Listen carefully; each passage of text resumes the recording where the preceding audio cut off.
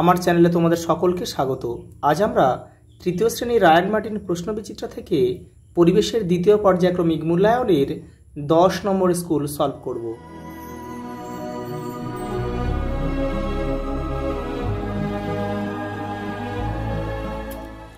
দশ নম্বর school Raghunathganj GS FP বিদ্যালয়। প্রথম প্রশ্ন দেখো, সঠিক উত্তরের তলায় দাগ দাও। সিনথেটিক পোশাক পরা হয় বর্ষাকালে। অনেক আগে মানুষ পোশাক হিসেবে ব্যবহার করত পশুর চামড়া। আমাদের রাজ্যের নাম পশ্চিমবঙ্গ। গভীর খাদ দেখা যায় পাহাড়ি অঞ্চলে। 2 দাগে স্তম্ভ রয়েছে, বাম দিক ও ডান দিক দাগ টেনে মেলাও। জার্সি জার্সি জার্সি জার্সি হচ্ছে খেলোয়াড়দের পোশাককে জার্সি বলে। ডাক্তারদের পোশাককে অ্যাপ্রন বলে। আর রাজমিস্ত্রি হচ্ছে ওলন্দড়ি। আর মৌমাছির হচ্ছে বাসস্থান হচ্ছে চাক।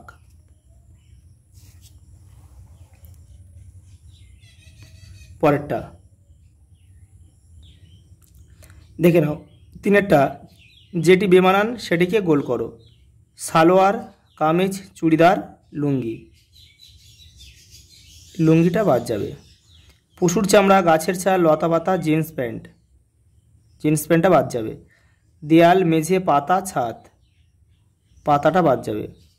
মুর্শিদাবাদ, গঙ্গা, মালদা, বীরভূম, গঙ্গাটা বাদ যাবে। পরেরটা দেখো, কেন আগেরকার মানুষ যাযাবর জীবন বেছে নিত, দেখে নাও।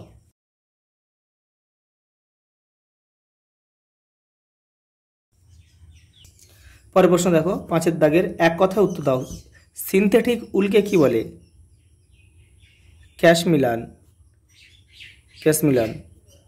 পাকা বাড়ি নির্মাণে 2টি উপাদানের নাম লেখো। ইট, বালি,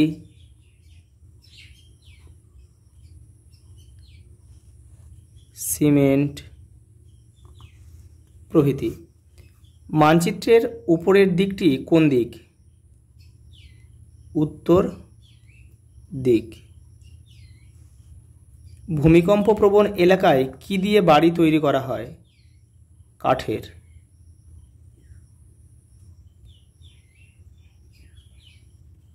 বাড়ি। পরের প্রশ্ন দেখো, নদীর ধারে বাস করার একটি সুবিধা এবং একটি অসুবিধা লেখো।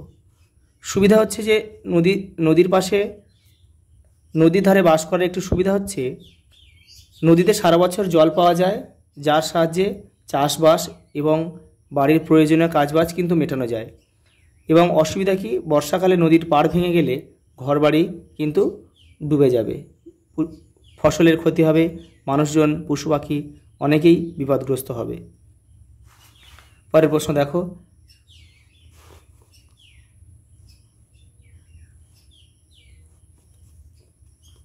মানচিত্রে জেলাগুলি দাগ দিয়ে চিহ্নিত করো।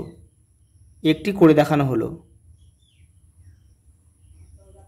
আচ্ছা, কোচবিহার, এটা যেমন এই বীরভূমটা করে দিয়েছে কোচবিহার, এইটা হচ্ছে কোচবিহার, এটা কোচবিহার।